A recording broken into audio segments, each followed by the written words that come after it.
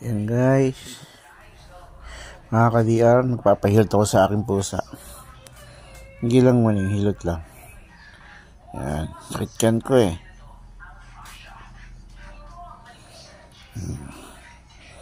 Hilot. Yan. Yan, banda dyan. Yan. Yan. Ayan, sakit yan eh. Yan. Yan mga ka-DR.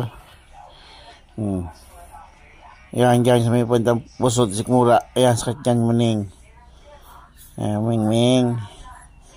Ayan, salamat ha sa paghilot. Yan, aray ko.